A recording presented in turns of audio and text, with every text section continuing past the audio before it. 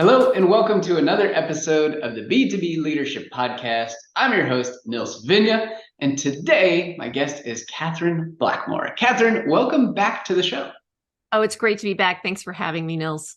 Now, Catherine, you were on one of the very earliest episodes, episode number 9 of the B2B Leadership Podcast, coming up on, it was almost probably close to 2 years ago, which is amazing. We've been friends a long time. I'm looking forward to our conversation today because we're going to pick off on one piece we talked about in our first episode, which is the notion of employee success. And you have a heavy focus on leadership, as do I. And we have so much fun having leadership conversations. So we're going to jump off from that point and dig into, more of the personal leadership side today and what it really means to you, what it really means to the people that you are mentor to, that you are a coach to, that you are a leader to.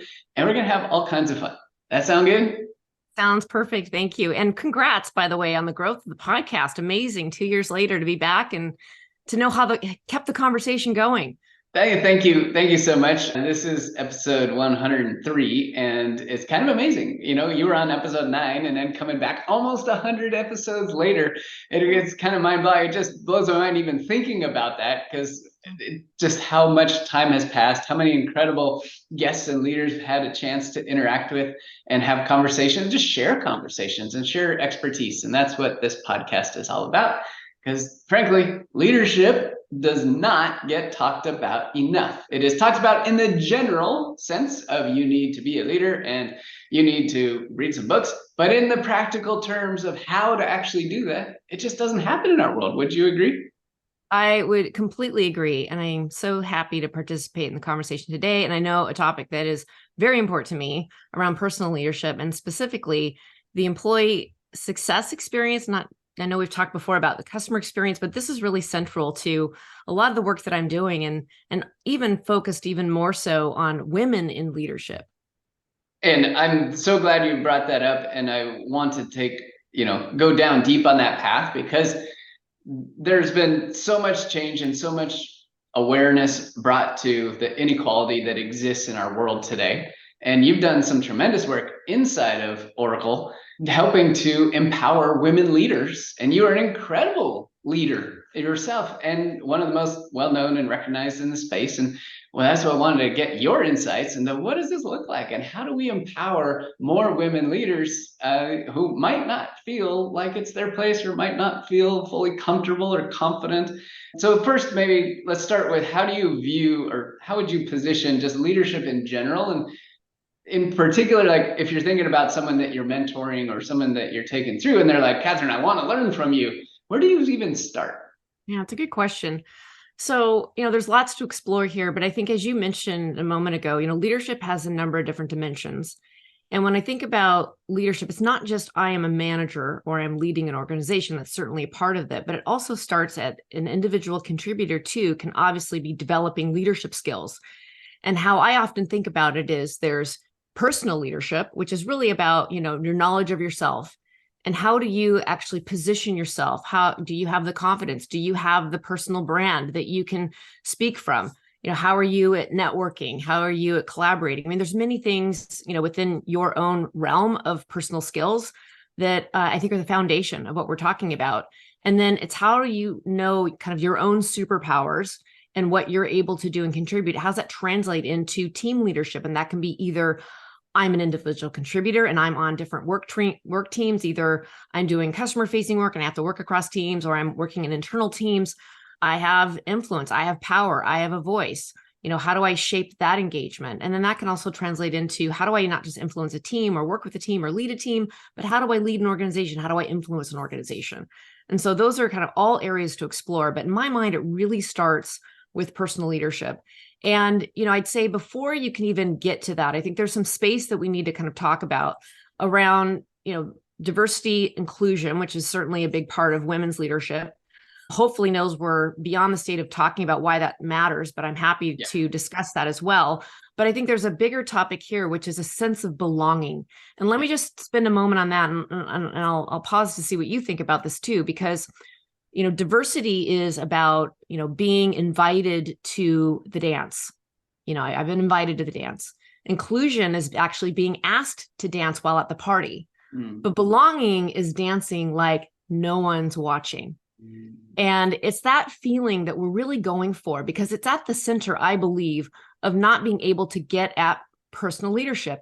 When you feel like there's a lack of trust, either within my work group or team, that's really because it's like psychologically, I just don't feel safe to show up and really be my authentic self. Yeah, no, I agree with you 100%. And that's a really interesting way to position that with the dance, because as soon as you said I can immediately flash back to some times I probably would prefer to forget, but we'll sidestep that one, those memories. So the personal leadership, though, I love how you framed it, and no surprise, we're very well in line, because it is very difficult to lead other people if you cannot lead yourself. And what I heard in what you described, and what I believe in from a personal leadership perspective, is there are things within your control. Right? And as we look as leaders, whether you're technically in charge of a group of people or just an individual contributor, doesn't really matter. There are a series of things that are 100% within your control, like you were saying, your level of confidence, right? How you show up, your superpowers, as you said, right? That's the cool part. And that's also why the personal leadership pillar is the first pillar in everything that I do from a leadership perspective. So in the leadership MBA, the first pillar you focus on, personal leadership. Going through tools to help you claim all those incredible things to build that confidence so that you show up differently when it comes to leading others. So no surprise, we're 100% aligned. And pillar number 2 is team leadership, because once you have that solid foundation with you, then everybody else, bringing that and those skills into your work with your team completely changes the game. So on the diversity, equity, and inclusion side, you've been involved with a lot of this work inside of one of the world's largest software organizations. So would you share with us a little bit about what that work looks like and how you have had just a tremendous impact on the lives of all leaders, but especially women leaders inside of such a large organization? Yeah, no, thanks, Nils. I mean, there's an area of focus for us. Again, it really matters. And, really creating that sense of belonging means that we have, whether it's, how we train and really inspire leaders to show up, how we actually put programs in place that are centered around the employee, and investments we're taking around various employee outreach groups, support groups. We have a number of mentor programs, and I'm certainly going to talk about one in particular that I'm involved with. These are all critical to really continuing to ensure we're having the right conversations with folks that are in our organization, that people feel seen, they feel heard, and we understand what will may be for them barriers for them to show up and really be comfortable at work. Because, we know that when individuals feel like they can be authentic, when they feel that sense of safety, they are inspired, they're more creative. They're more able to better collaborate, work with customers, come up with new ideas. They are certainly more productive, spend more time thinking and innovating than they do worrying and doubting and being scared about how they are going to be perceived in any given meeting. And all that energy that one takes to kind of wear that heavy jacket is lifted when we can have the right conversations, the right outreach. Now, it is a commitment that we are making. I'm excited to be a part of it, but it is hard work and it will never be done. So it's going to be an always on effort to make sure that we understand what employees need. Yeah, and I love the fact you brought up the energy piece, because there's energy being spent today by every single individual that you come into contact with, whether you're, again, technically the leader of a group or team or org, or the individual. And is that energy being spent in the most efficient and effective way? And when you don't have psychological safety, when your environment is not a place where everyone, regardless of where they come from, regardless of who they are, regardless of race, gender, ethnicity, anything, feels 100% safe, then you're going to waste energy, because that energy goes into nervousness and anxiety and things that generally don't help in any way, shape, or form. And they kind of tear us apart and tear our relationships apart, especially with the organization. Right? And this is why I think the old adage is true, that people don't leave companies, they leave bosses.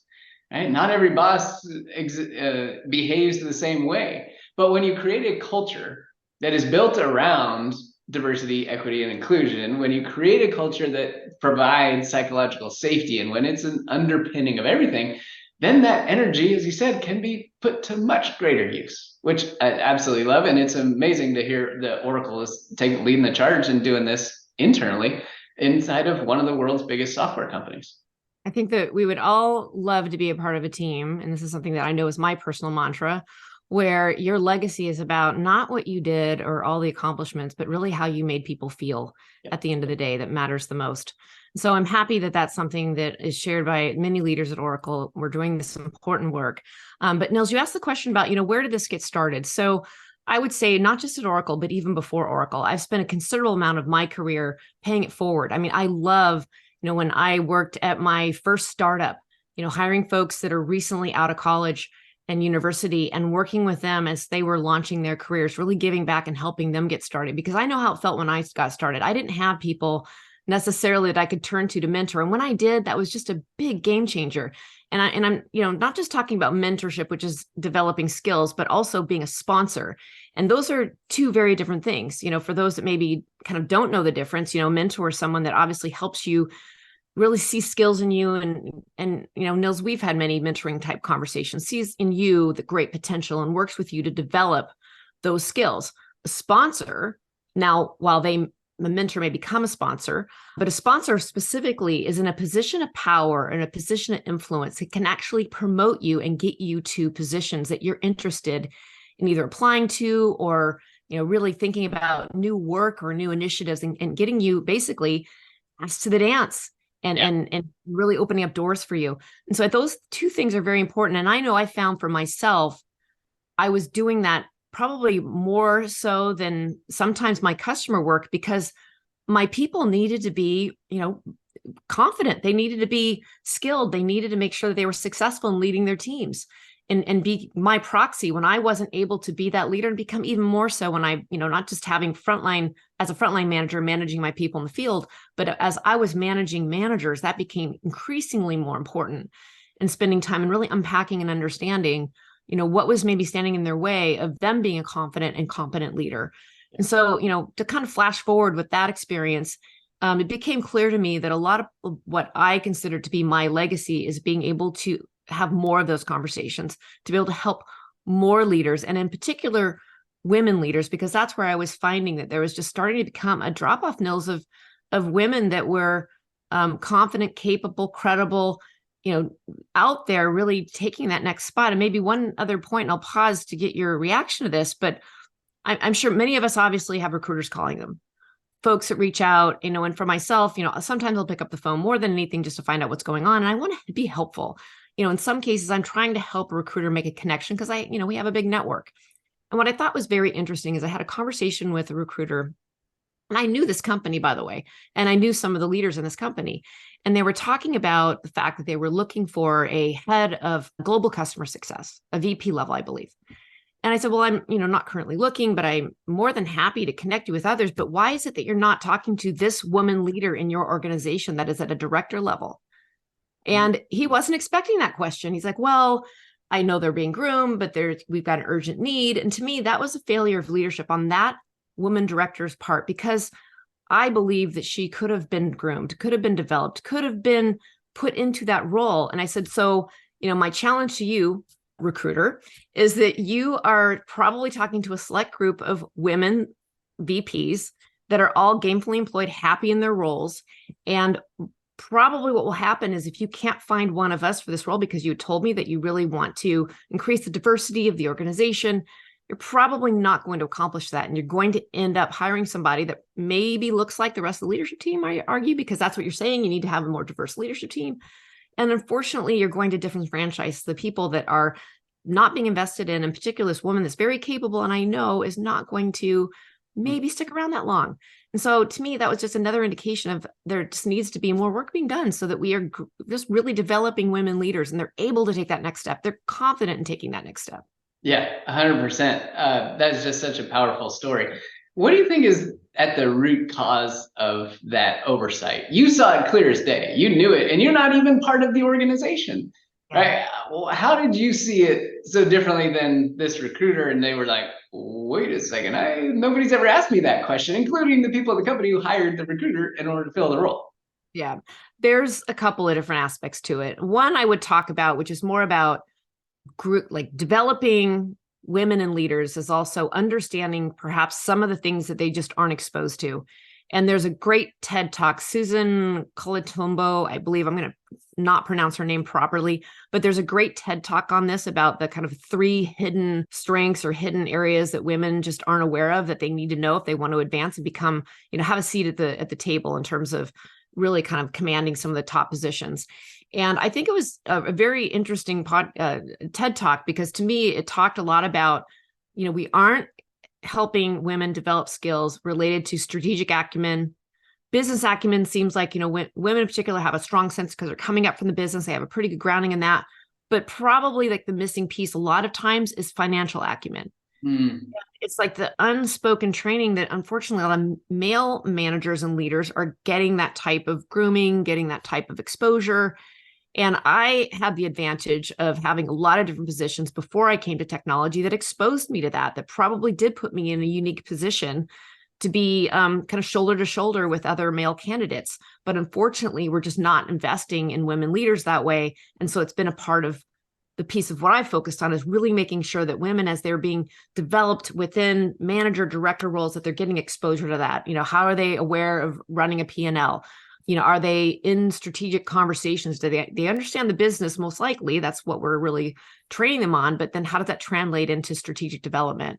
And I know we've even talked about that, even thinking like in frameworks. I mean, a lot of times you're kind of caught up in the weeds of the business and you're not able to think, kind of macroscopically about a framework that would really get people to buy into your vision. So I think that's one important piece that I see missing. Yeah, I couldn't agree with you more on that education level piece. And I think that the crux of a lot of this does come down to, one, education, and then 2, opportunities, right? But in order for the opportunity to be relevant, the education needs to be there first.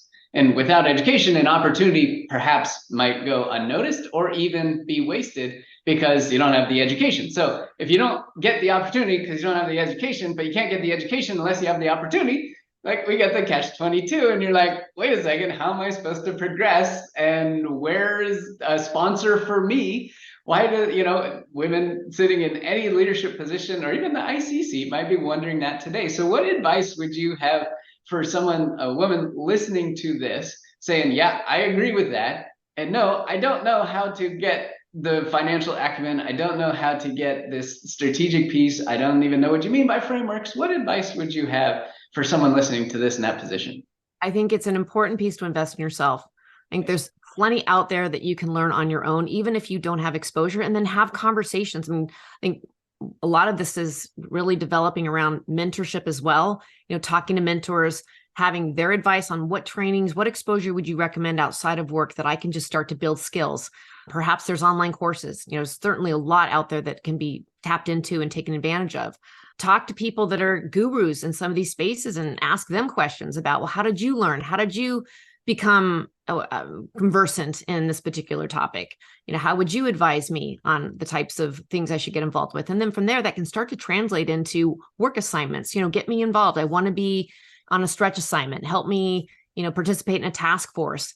Can I sit in on a meeting where we're talking about strategy? Can I be more a part of what's happening when we're analyzing our business results and evaluating how that really translates into our P&L? And really starting to unpack some of those details around what I'm learning and then it in practice. I think those are the things that can start to form some of that, foundational work. And then for others to recognize that, gosh, this individual, they're participating, they have a voice, they understand what they're talking about. I find them credible. I think all those things can start to open up doors. But I think another piece, Nils, that I know we want to talk about is sometimes the inner barriers that even prevent you from having that drive or that gumption yourself. And it's stuff that I know we're going to want to talk about related to what I would call this kind of inner critic that can sometimes stop you in your tracks from even doing what I just suggested. Yeah, and I love that you brought up the invest in yourself, because it's going to come back to one of our favorite principles of all time, which is you got to be the CEO of your career. Right? Yeah. This is everything you just described is being the CEO of your career, being responsible for what investment you're going to make in yourself, being responsible for identifying skill set gaps, being responsible for finding where that expertise lives in the world. As Catherine said, you can get access to virtually any expert anywhere in the world on almost any topic at the click of a button and a swipe of a credit card. It's really that easy, right? And that was in part why I created the Leadership MBA program, because in 12 short weeks, I take leaders at manager, director, VP level through my incredible leadership toolkit that covers the personal leadership side, the team leadership, communication leadership, and performance metrics leadership. That's a one example piece of cake that, hey, you already know Nils and this conversation. If you want to dramatically increase your leadership skill set, then there's a vehicle right here, the Leadership MBA. And I'm happy to say that in our current cohort of the Leadership MBA, we have a predominantly larger percentage of women than we do men, which is awesome. And we have women leaders from around the world. So it's not just one company or one discipline or one domain or one size company. It is a very, very diverse group, because diversity of thought when it comes to leadership is of supreme importance. So if you have those tools, right, then you get to the point where you can ask for the opportunities, or you might feel more comfortable asking for the opportunities. But this inner critic is an interesting one. And we got to go deep on this, because this is, I mean, I hear about this all the time, and I have for being a leadership coach for the last 10, 11 plus years. And there's that voice, right? And for some reason, we are psychologically wired to have an inner critic. We don't have an inner champion always, or very often. Not many of us do. And I'll admit that I fall victim to this too. So tell us a little bit more about the inner critic and some of the work that you've been doing with women leaders inside your org, and how we might be able to help some folks out who are listening. Yeah, absolutely. So this to me is one of the biggest hurdles and biggest barriers to accomplishing what you just said. And so think about this. We just talked about for women, whether I'm an individual contributor or I'm a new manager, I may or may not know the skills that I need to develop, but somehow I'm getting feedback, because we all get feedback, whether direct or indirect, that either I'm getting looked over, or somehow I'm seeing someone else that's getting an opportunity that I think, well, why not me? What is it that I'm not doing? And, we all have a voice inside of our heads, as you mentioned, Nils. It doesn't matter, male, female, gender agnostic, it doesn't matter. We all have that. It's just to what degree. And it has been proven that women are 54% more likely to have an inner critic that debilitates their ability to take the next steps in their career. And I think the first step is to really understand, and I mean this, you need to do some work, meaning, try to find the source of your inner critic. And I know for myself, my inner critic voice started when I lost my mom at a young age. And when you lose somebody that is your go-to person, a person that really is involved in your personal development, that's cheering you on, that's helping open up doors for you, that you are modeling your behavior, what it means to be a woman and a leader, and that person is taken from you, it can put you in a position where you're just lost. And that was the case for me. And I think it's important to understand that, because then, it really shaped how I then started looking for individuals, not to replace, but could be a good sounding board. Because the thing about the inner critic is it's either and there's a great book. I highly recommend anybody that's wanting to dive deep on this topic. There's a book called Mastering Your Inner Critic. It's by Susan Brady, and she has a whole masterclass on this. But that said, there's this concept of being one up, meaning inner critic. I don't really have a realistic view of the world. I'm very critical. I walk through life being critical of everyone. And that is not good, just as much as I'm too critical of myself, because the big lie in all of this is that is somehow your guiding light, and that is just the way it is. Either I'm better than everybody else, or I'm worse than everyone else, and that is just not the truth. And so I think it's getting to that, doing that important work of knowing that you are good, you are fine, you are very capable, just who you are today. You will always have more classes you need to take. You will always have more things you want to go do, but I am worthy and I am great and I have superpowers, just who I am right now, just who I am. And that's just powerful work you have to do, and it's hard work. And I'll talk more about other things, but Nils, I mean, you probably see this in a lot of your coaching conversations. Absolutely. And such a powerful story. Thank you for being open and vulnerable and sharing where your inner critic, came from. I got some chills running down through my spine as I reflected on some of my past experiences too. And, despite having put out a lot of content, had a lot of conversations, lots of public persona type of things that I share, I still battle with the same inner critic that's there all along. And it is 100% what you said, the degree to which you listen to it. And if you don't have the right support mechanisms within you personally, as well as within, whoever sponsors you, there's your sponsor or your mentors or your network or your close supporters, the inner critic wins every time because it's with you 24/7. And I think, and that's one of the things that why I focus so much, especially in leadership MBA, on psychology. There is psychological aspects to every single thing you do as a leader. It's not just one thing. It's not just the mindset of a leader. No, there is psychology involved in each and everything you do, whether it's on the personal side and understanding your superpowers, whether it's on the team side and how you use coaching skills with other people, or whether it's on the communication side and how you build a framework and talk to other executives or at an executive level. There is psychology wrapped up in each and every single thing. And I kind of nerd out on psychology because I think it's fascinating. And it's the secret, like behind the scenes thing of why we do what we do. And yet we don't talk about it that much, right? I mean, outside of our conversations about the inner critic and, personal coaching conversations, this topic doesn't really come up, but I think it's one that's absolutely valid and we should be talking about, because the more we talk about it, the easier it becomes, one, to talk about it, but two, to acknowledge it for what it is. The term critic is in there. It's a critic. It's designed to bring you down, right? Whereas everything you said, I just absolutely love, which is you are enough. Whoever you are right now, wherever you're at, you are enough and you are strong, you are powerful, you are capable. And it doesn't, whoever you are in whatever position, and that means the world. And know that Catherine and I 100% believe that to the ends of the earth, that we believe you and what you are capable of at every single step, no matter what, no matter where you came from, no matter where you're going to. It doesn't matter because we believe in you as a person. And that, I think, is one of the things that I don't see happen all that often, especially in the leadership world, and what makes us a little bit different and why we get to have this conversation. Probably one of the superpowers I recognize, Nils, is, spending, half of my education at university in psychology. I never knew how much I would actually be applying this in my daily work. And I find that is so important. So as we share these gifts, I'm really hoping that this is something that folks will take to heart, because this is a huge part of what, really is a barrier for leaders. And let's spend a little bit more of a moment on why this is so dysfunctional and a challenge for women.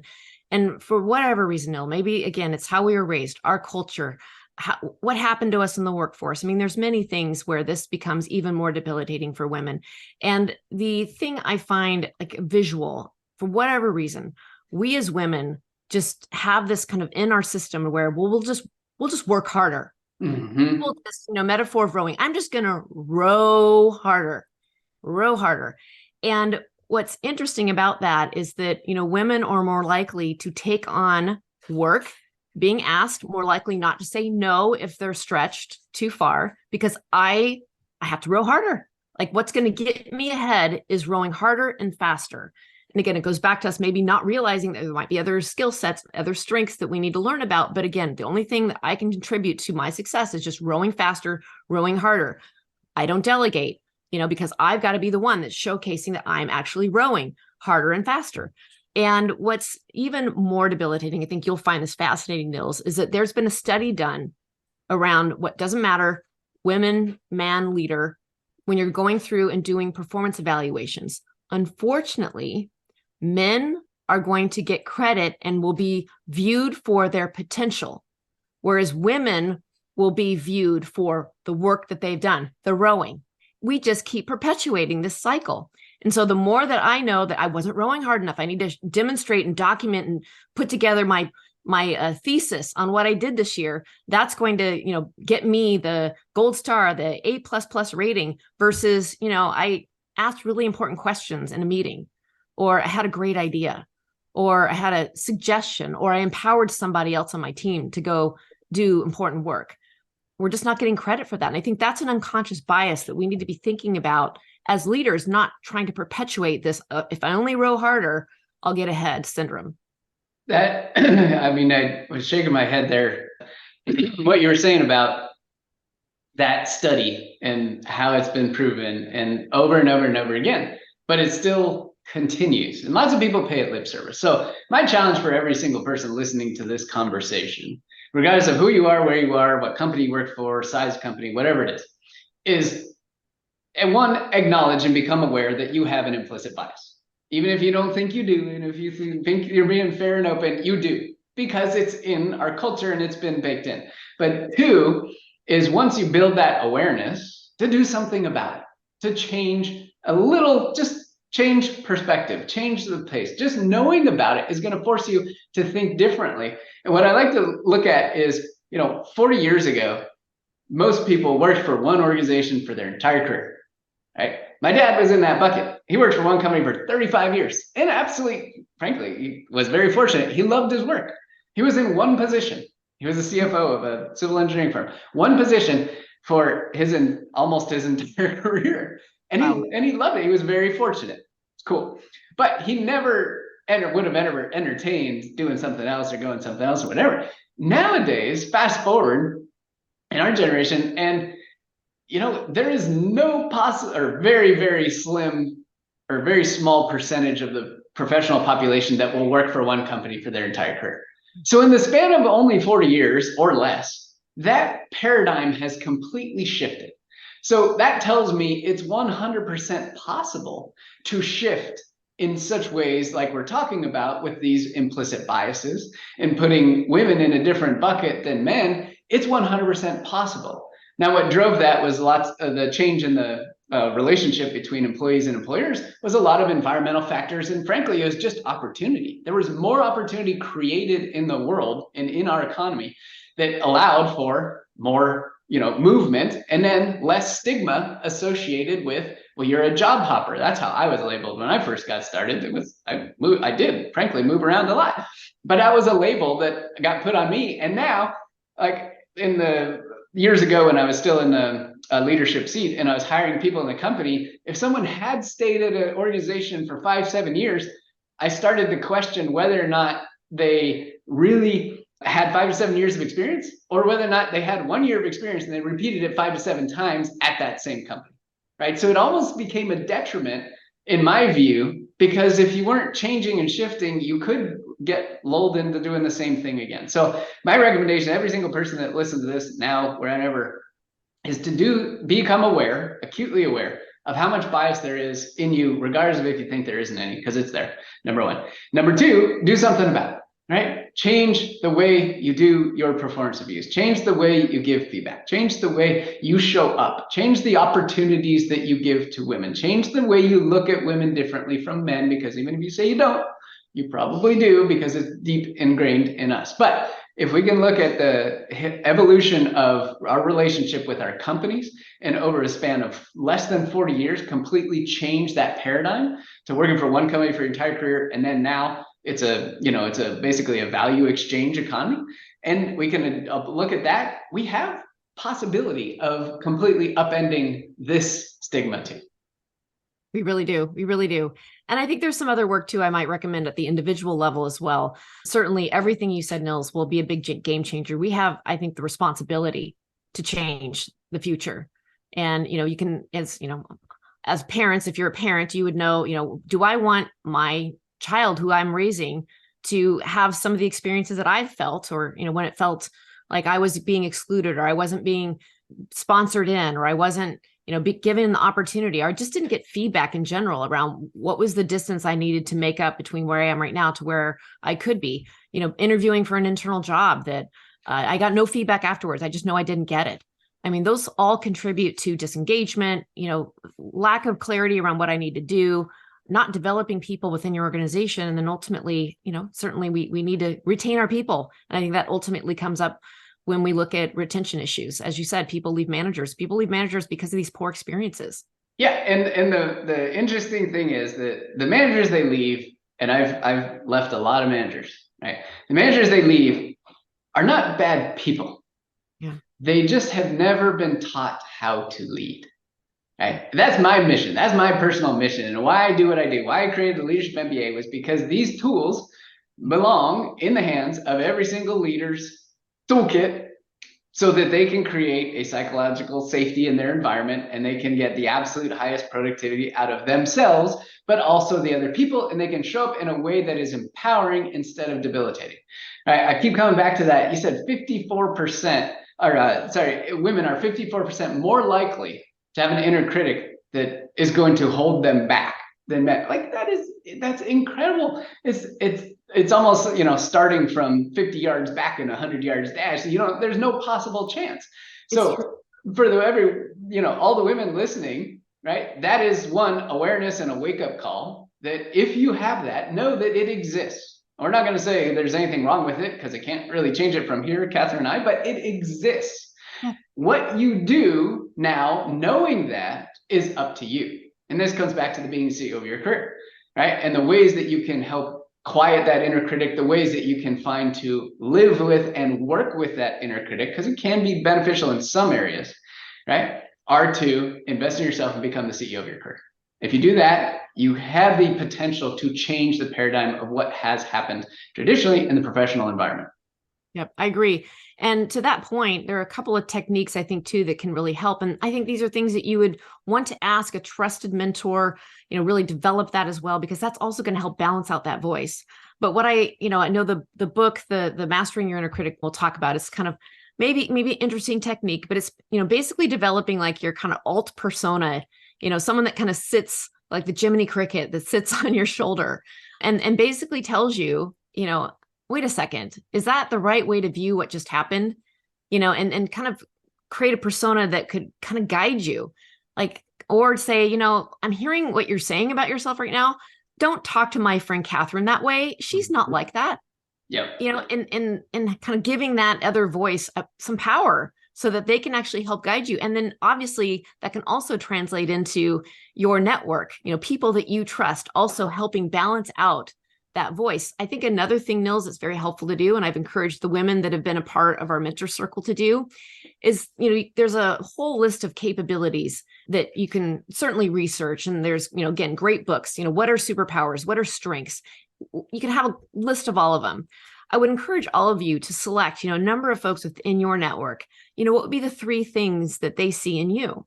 And, you need to confidently want to do this. I mean, I realize it's kind of putting yourself out there to ask others, but people that, ask people that you enjoy working with, that you trust, that aren't going to, rip you to shreds or, be hypercritical. I mean, people that you think has a pretty good balance, ask them what they think, help them identify what they see in you. That's really going to help you, again, balance out that inner critic, because it's a list you can go back to. Out of my network, 10 people that I've networked said, these are my superpowers.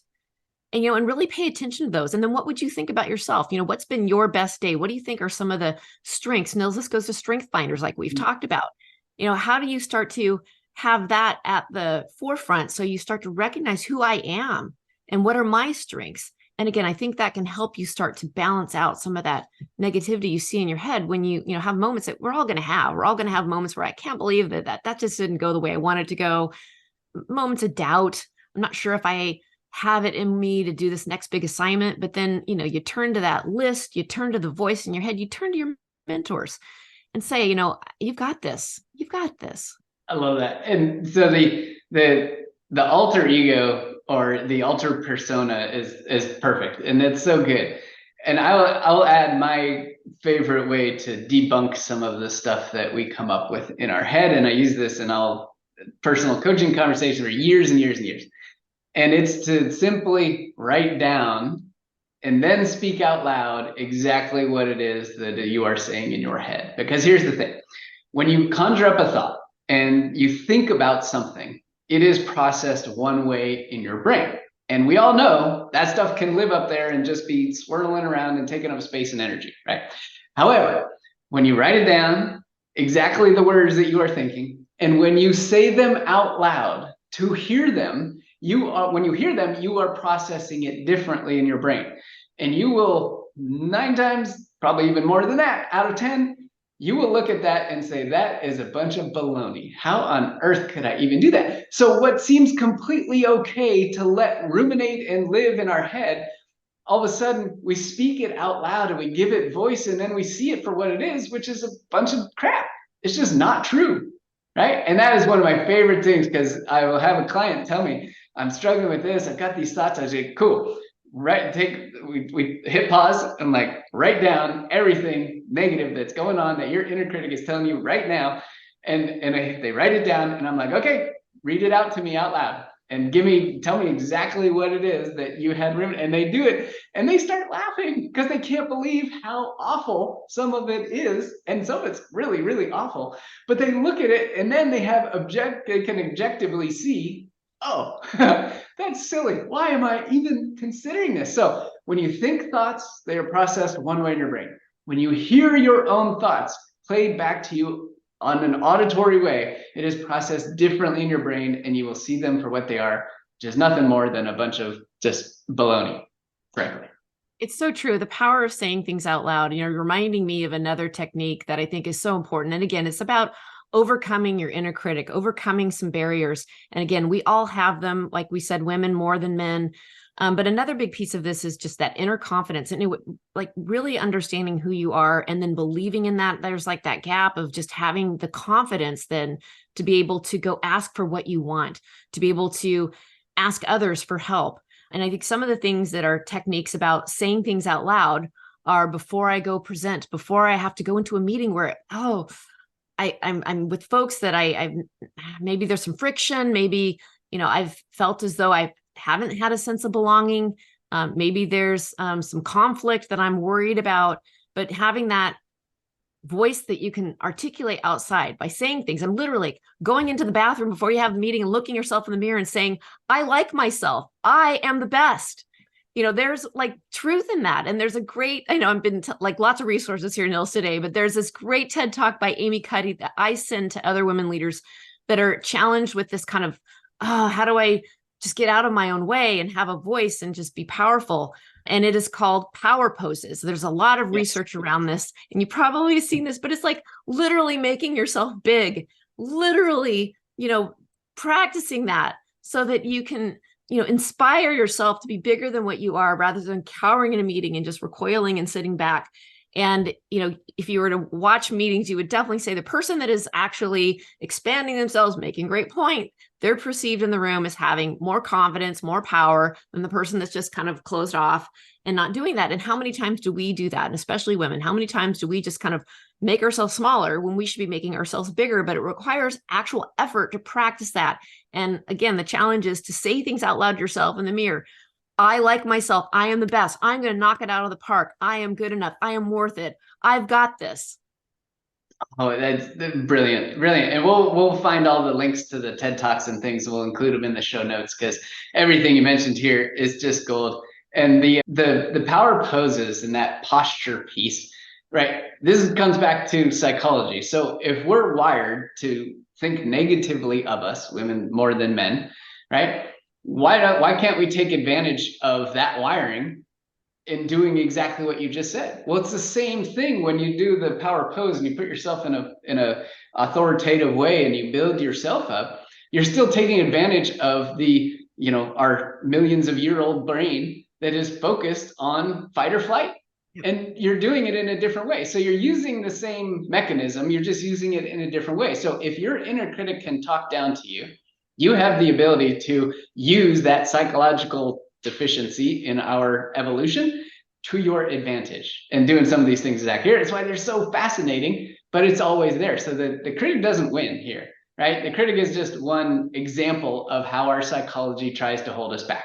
But those of you who are or will become the CEO of your career, right? You have every possible chance to overcome that and handle those situations by using the same mechanism, just in a different way. And that is some innovation. That is incredible. And it is empowering.